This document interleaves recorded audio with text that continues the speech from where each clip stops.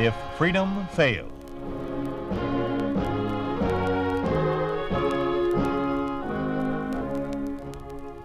We'd like to take you on a visit to a town that doesn't exist, a town we call Springfield, USA. We'd like to show you how things would be in any American town if communism took over. This is the story of an oil company, the story of what happens to industry under a communist regime. Lloyd Nolan is starred as Elliot Vickers in Danse, Macabre.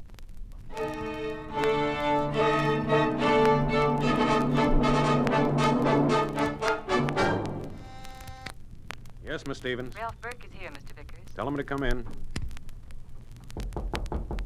Yes, come in. Want to see me, Mr. Vickers? Yes, sit down. Ralph, you've been with Consolidated Oil for quite a while now, haven't you? Going on 6 years. Started as a clerk, didn't you? Yeah. And you're still one. Yeah. Did you ever wonder why? Sure I have. Lots of times. This is a big organization, Ralph, one of the biggest oil companies in America. We employ quite a number of people. Each of us has a job to do, and every job is important. Sure. Every job is important, even yours. If one of us falls down on his job, the rest of the organization suffers. Did you call me in here just to tell me that? That and the fact that you were an hour late this morning. Oh. What's your excuse this time? I overslept.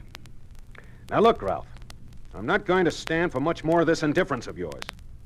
No? Then why don't you fire me? You know why. Because the party-controlled trade union won't let me.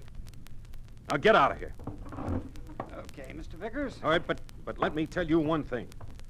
As long as you're with Consolidated, you'll be nothing but a clerk. Don't give any odds on that, Mr. Vickers. Get out. Come in, Mr. Andrews. I was just leaving. Dirty little... For 2 cents, I'd gladly wring his dirty neck. What was the pride of the dance hall's doing here? He been giving you trouble, Elliot? Yeah, that's all he has been giving me. You know, ever since the communists took over the trade unions, guys like Ralph Burke have become the untouchables. You can't fire them for anything less than murder. Oh, John, isn't there anything we can do? Elliot, look. Consolidated isn't the only account I handle as consulting attorney, and Consolidated isn't the only industry that's been having trouble. Believe me, you're all in the same boat, and I'm afraid there isn't a thing any of you can do about the situation. Surely you've been able to find out some way to beat them, some loophole. There is no loophole. That's what I came here to tell you. I've gone over the trade union contract with a fine-tooth comb, and there's no way out. There must be. There might have been at first, when the trade union was formed, before the communists got their hooks into it. In the beginning, if management had trouble with any of our employees, or if the employees had any beefs, you could sit down together with a representative from the trade union and iron out your difficulties. Put your cards on the table. Since the communists took over all the unions, they play a different kind of a game. They always win. Well, then what are we supposed to do? Nothing. You go on producing oil the best way you can. Oh, sure. Sure, and hand 75% of it over to the Central Committee. You have no other choice. Whatever happened to the thing we used to have called free enterprise? Haven't you heard? We all share everything. Share, yeah. How can we share what we don't have? Sure, they claim we're living in a classless society. No rich, no poor. But the distinction is greater than it ever was. What little we're allowed to earn barely covers food, rent, and fuel.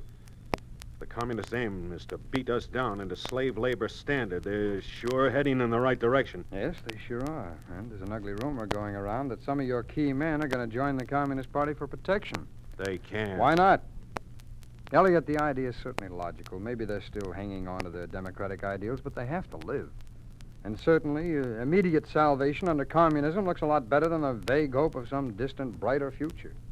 Would you join the party? Well, I don't know. John! I wouldn't want to, Elliot, but the time is coming when I'll have little choice. When any of us will have a choice. Yes? Mr. Winston's on the phone, Mr. Vickers. Put him on. Hello, Frank. Yes. What? But we've told them that we can't do that. We'll kill it if we do. Yes. Oh, I of course you have. I'm sorry. Uh-huh. Well, maybe I better come down and see if there's anything I can do. Is Albright still there? Well, tell him to wait. Well, they're at it again. Comrade Albright's at the field insisting that we aren't producing enough oil. The Central Committee wants more. What do they want to do, run the ground dry? Well, it looks like it, and when a geologist like Frank Winston can't make them understand it, I'm going down to the field and see if I can make Albright listen to reason. You're wasting your time, Elliot. I know, but enough's enough. Oh, in the meantime, John, go over the contract again. Go over it with an X-ray if you have to. There must be some way to beat them at their own game.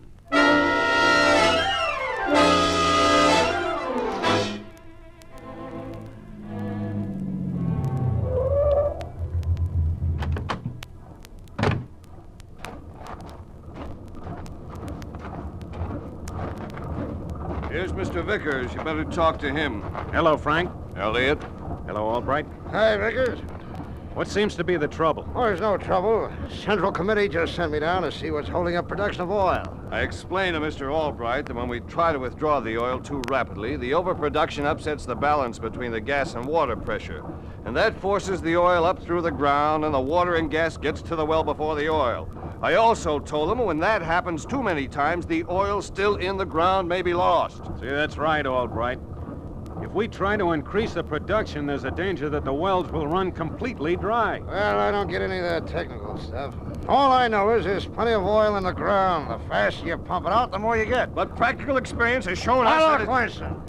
Yesterday I got a letter from the Central Committee. They don't like the condition of our national economy or the Treasury. They want to speed up the production of oil here at Springfield. You see, our other nations will buy all we can produce. That way we can build up the treasury. I still say you're asking us to do the impossible. Look, I don't care what you say. I've got my orders. And you've got yours. Be reasonable, Albright. The men have been working for Consolidated for many, many years. This is the only job some of them have had. They know it's their bread and butter. And they're not going to do anything that might put an end to their source of income. We're not asking them to stop working. No, but you're asking them to overwork the pumps. And I don't think that they'll do that. Some of them might. Hey, Nolan! Joe! Call me Mr. Albright. Hey, come over here now, will you? Newman? That's right. But he's our field engineer. He's a parties engineer, too. What's up, Mr. Albright? I haven't had a little argument with Mr. Vickers. Yeah, He seems to think your men are overworking the pumps. we're getting the oil, ain't we? There's a lot more where it came from. But you can't speed up production, Newman. You know that. Before long, there won't be any oil left at all. Winston's right, Newman. From now on, you'll keep the production level where it is. That an order, Mr. Vickers? Yes. Sorry. I take my orders from the trade union. As long as you work for Consolidated, you'll take orders from me. Now, see here, Vickers. Just a second, Mr. Albright. Look, Mr. Vickers, it's about time we had a showdown. I've been taking orders from you and the rest of the Consolidated's big shots for a long time. I've watched new guys come in and grab jobs I should have had. They got the jobs because they were more competent. That's your opinion. The party leaders seem to think I'm okay. Right, Mr. Albright? Right, Joe. From now on, Mr. Vickers, if you've got any complaints, tell it to the party. I'm too busy to listen.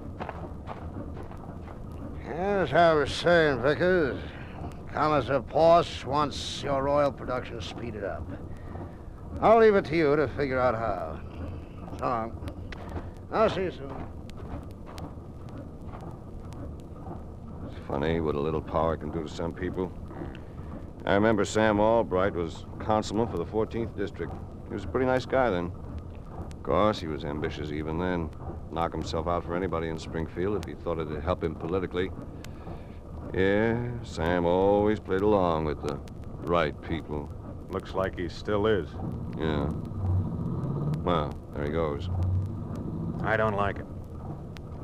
I have a feeling that something's brewing. Maybe. Well, what do we do about the Central Committee's order for more oil? I don't know. I don't know, Frank. I'll try to think of some way to get around it.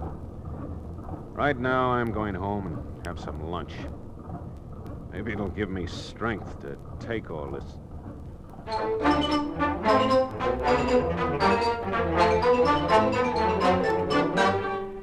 Mr. Vickers, I've been trying to reach you. I called your house, but you'd already left. What is it? Where is everyone? In the boardroom upstairs.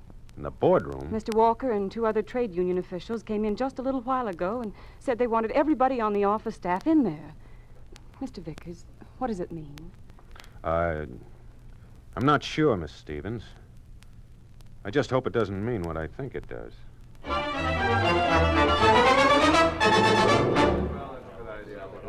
What's this all about, John? I'm as much in the dark as you are, Elliot. All right, what is Ralph Burke doing here? I thought this was a staff meeting. Search me. I don't like it. All right, quiet down. Now, this meeting has been called for a special reason. Most of you are probably wondering why. Well, the president of our trade union is here to tell you all about it. Here he is, Comrade Roy Walker. Oh, so that's it. Burke's a member of the party. I'm not going to take up much of your time. Just one thing I want to talk to you about. Most of the people you got working for you here at Consolidated are members in good standing of the trade union. Most of them, I said. But I got information that some of them are antisocial. Some of them are anti-worker. Quiet! Go ahead, Comrade Walker. Like I said, there's some people here who refuse to recognize the party in America. And the time has come for us to expose them. This is a list of those people. Comrade Burke has done a good job of bringing their names to the attention of the trade union. I'm going to ask him to read the list. Martin Goodman, pumper. Carl Eaton, oiler. Alan Geiser, payroll. Howard Finley, accountant. Finley? Hey, just a minute. What's Finley accused of? You're out of order, Mr. Vickers. Finley has been an accountant with Consolidated for 15 years, and we have no complaints. So what? Anybody can do the work he does. It doesn't take any brains to be an accountant. In 2 or 3 weeks, I could learn enough about Consolidated to take over the whole accounting department. Just a minute, Burke. What right have you to talk? Comrade Burke will continue with the list. Where does he get off getting up I that... said Comrade Burke will continue. Howard Finley, accountant. Vernon Lambert, gauger. Ruth Seeley, refinery. Dorothy McKee, distillery. Paul Miller, gauger. Shirley Smith, personnel. And Jim Cobert, superintendent of pipelines. The people Comrade Burke just named are dangerous to the future of the party. The trade union refuses to recognize them as members. And we suggest they be dismissed from Consolidated.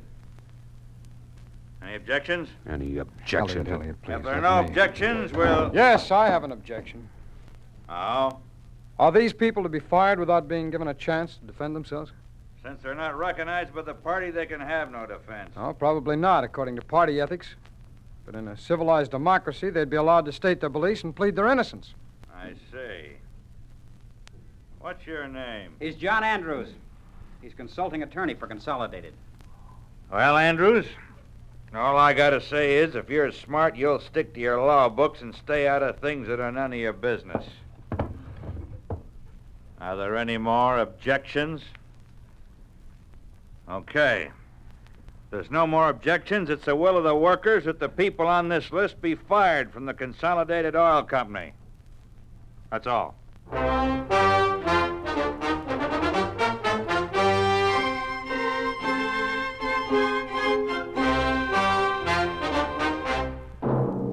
There's no reason to get upset over this thing, Finley. Now, if you and the others on the list will just sit tight, we'll see if there isn't something that can be done. Please don't try to help us. It won't do any good. It'll only make matters worse. But the trade union has no legal right to take such action. What difference does that make? They have the power. But Finley, Please, don't call me in here again. If Burke or any of the others see me, they'll report me.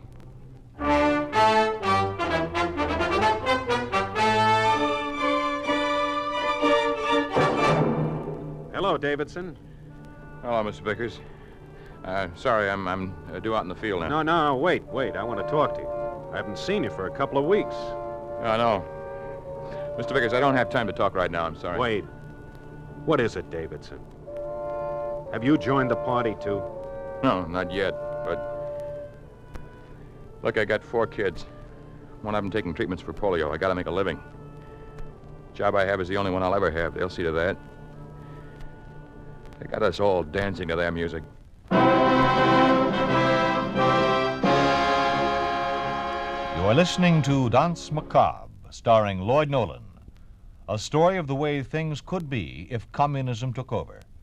A picture of what life would be like under a communist regime in an ordinary American town. a town we call Springfield, USA.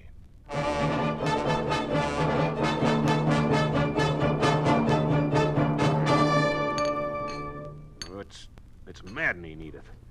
They got the employees completely paralyzed with fear. They can make the most outlandish request, and all you hear is, yes, comrade. Right away, comrade. Please, dear, your dinner's getting cold. Oh, dinner? I can't even think of food. Elliot, you haven't eaten a decent meal in weeks. You can't go on like Can this. any of us? Already we've had 3 purges. You know what that does to morale? The people come to work, but they can't concentrate because of worry about the future. Then they work because of fear. But fear is certainly no incentive to efficient work, so we try to offset the deficiency by drives. Then again, urging people to work is no substitute for their will to work. So what happens? Production falls off despite everything we try to do. Is it really that serious? Yes, Edith, it is. The whole atmosphere around the plant is poisonous.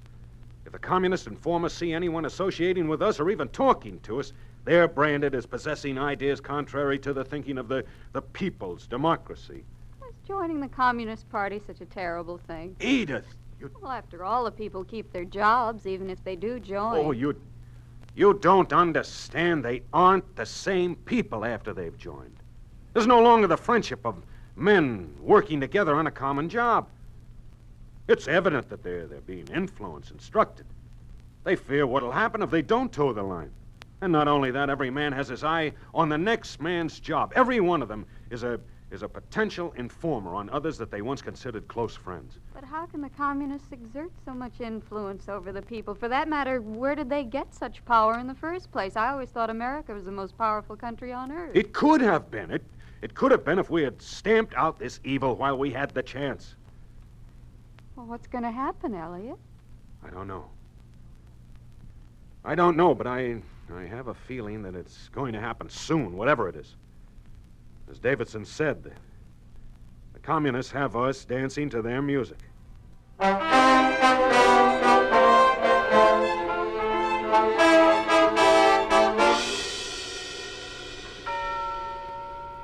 On this Easter morning, in a time of great suffering and shaken faith, we must look back to another Easter season, to a tomb cut in stone. We must remember the great promise bound round with rope and guarded against intruders.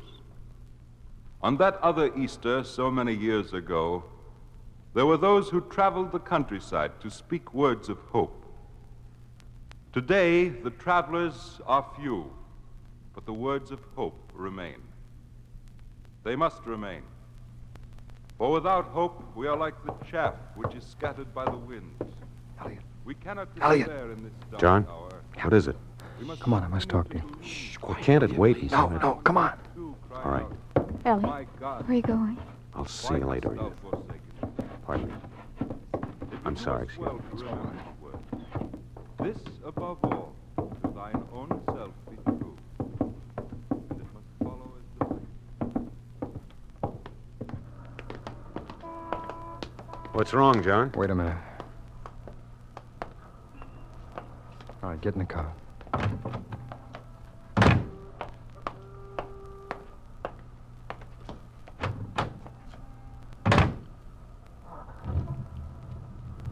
All right.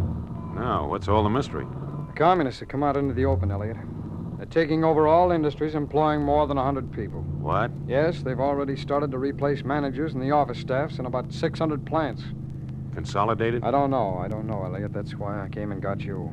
How did you find out about Somebody called me on the telephone, refused to give his name. it? I knew it.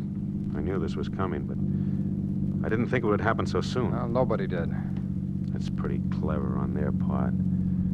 Strike us when we're in church praying for a strengthening of hope and faith. Well, they know what they're doing. Lord only knows what other plans they have up their sleeves. We'd better get down to the office as fast as we can. That's where I'm heading. I have a hunch we're going to run into trouble.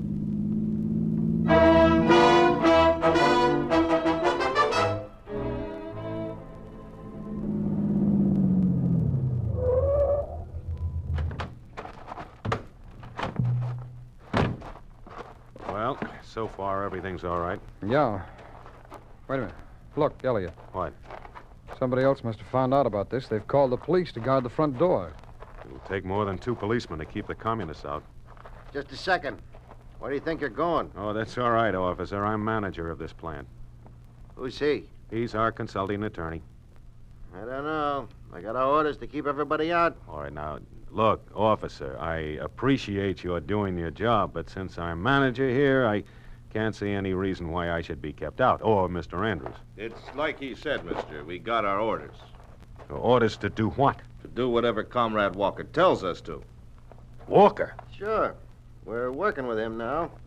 Maybe you haven't heard, mister, but the party's taken over this place. Matter of fact, Comrade Walker's in your office right now, going over the books. What? I want to see him. Think it's okay to let him in, Charlie? Yeah, sure. Why not? They can't make us any trouble. Okay, go ahead. Well, thank you, officer. Come on, John.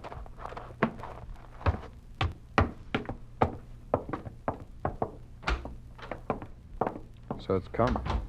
Yes. Now what? First, we talk to Walker. Won't do you any good. He's holding all the aces. Maybe he is. But I'm not giving up without a fight. We haven't got a chance, Elliot. They're in, and they're going to stay in. Maybe. But first, I'm going to find out just what goes.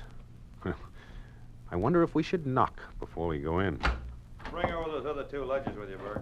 Yes, Comrade. Oh, Vickers, Andrews, come on in. Comrade Walker, I want to talk to you. Close the door. All right, Walker, what's going on? I'm going over the books with Consolidated's new accountant. Do you mean Burke? Yeah. He means me. You see, Vickers? I told you I wouldn't always be a clerk. Well, you lousy little... All right, Vickers. None of that. Get back to the books, Burke. Sure. He'll ruin those books. I don't think so. Comrade Burke's a loyal member of the party. You know, Walker, legally you have no right to take over Consolidated. You're wrong, Andrews. You were told you weren't meeting the Central Committee's request for more oil. You mean their demand? So we're taking over to speed up production. I told you once you can't speed up production. You have to control the rate of production or you dissipate the underground pressure and lose the oil forever. Isn't it a fact that you gave out instructions from time to time to decrease the production rates? Yes, I did, but it was only because such a move was good engineering. It was necessary for efficiency. That's your explanation. We believe the decreases were political, for the purpose of sabotaging the 3-year plan. That is not true. We think it is. There are other examples of mismanagement we're going to correct. For one thing, the wages you've been paying are too high. They're too... Well, coming from the head of a trade union, that's very funny. Just how do you figure that? Your books prove it. Out of their wages, the men are able to give contributions to social welfare expenses, gifts for births, marriages, maintenance of employees' clubs. Well, they've never complained about it. If they pay for these unnecessary benefits, they're obviously making more money than they need. So these benefits will be eliminated, and the wages cut accordingly. Now, wait. How will the men meet the living expenses if you cut their wages? They have rent to pay, food to buy, autos... Autos are a worker's luxury. They'll be confiscated. We'll show the workers that savings can be made, even though they earn less money. That's impossible. Not if they're conditioned to accept the savings. You don't have to condition workmen against fair treatment. And what you hope to save at the expense of the workers, it's chicken feed. It's detrimental to their morale. We're only interested in building up party doctrine and policy. You'll make slaves of the people by depriving them of their rights. Rights? It's only a right if the party says so. And their freedom? Freedom to do what? From now on, the only freedom in this country will be the freedom to work for the party. Let go of me! Let go of me! I'm going in! David, talk to him. going on? Davidson. This guy says he has to talk to you, but we told him, come on, you're getting out. No! Let go of him. What? All right, Sergeant, you can let him go. Now, what do you want? I've been fired. Why? Why? What's your name? Davidson, Henry Davidson. He was on the last list, Comrade Walker. Oh, yeah. Thanks, Bert. I demand to know why I was fired. We don't have to give you reasons, Davidson. You're through, that's all. Oh.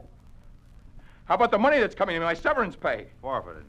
But it's mine. I need it. My son, the hospital, his treatment. You've been declared a fascist, an enemy of the party. Therefore, your severance pay is My canceled. son is going to die if I don't get that money. Then let him die. No. Go on home, Henry. I'll see what I I can't. can. I can't see Take him him die. out of here. All right, get going. I can't do anything for him. He'll die. Look, if he dies, there's nothing left. Nothing. Is that an example of what the party hopes to do for the people? He's weak. There's no place for the weak in the party. What was that? You better come out here. That crazy guy just grabbed my gun and shot himself. John, let's get out of here. I think I'm going to be sick.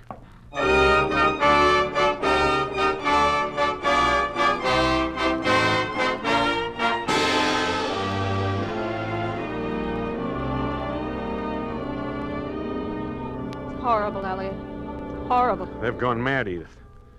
They've seized all the big industries and they've closed down the little ones. They've started their reign of terror. The people are joining the party because they have no other choice except to kill themselves or to try to get out of the country. Where will it end? They aren't going to stop with the workers themselves. There'll be more purges, and still more. They'll get everybody. No one will escape. Not you. There's no way out for me either. I'll never join the party. I'm not weak enough to do what Henry Davidson did, but the light has been shut out, Edith. All we can do now is hold fast to our faith and hope. Don't answer it. Oh, it's all right, dear.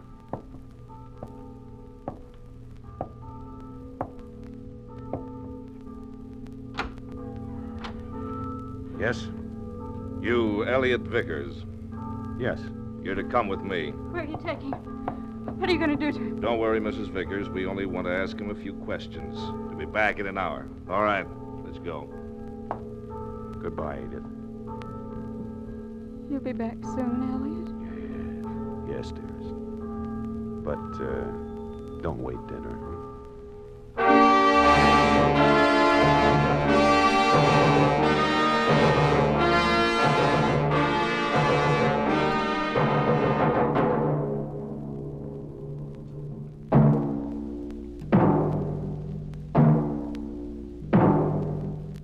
You have just heard a story of what happens to industry under a communist regime. You have just heard what would happen to any American industry if communism took over. You think this could not happen? It did happen to the Mayort Oil Company in Hungary.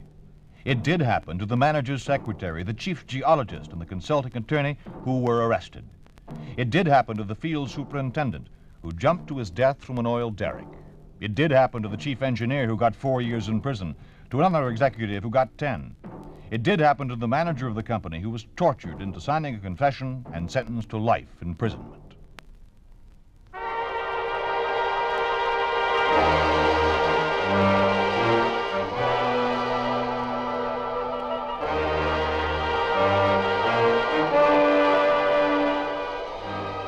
You've been listening to If Freedom Failed, starring Lloyd Nolan as Elliot Vickers in Danse, Macabre. Stacey Harris was Andrews, Lou Krugman was Albright, and Tyler McVeigh was Walker. Music was composed by Earl Lawrence, with musical direction by Michel Perrier. Danse Macabre was written for If Freedom Failed by Milton Kahn, produced and directed by Will Scott. Sergeant Lloyd Iyer speaking. This program has come to you through the worldwide facilities of the United States Armed Forces Radio and Television Service.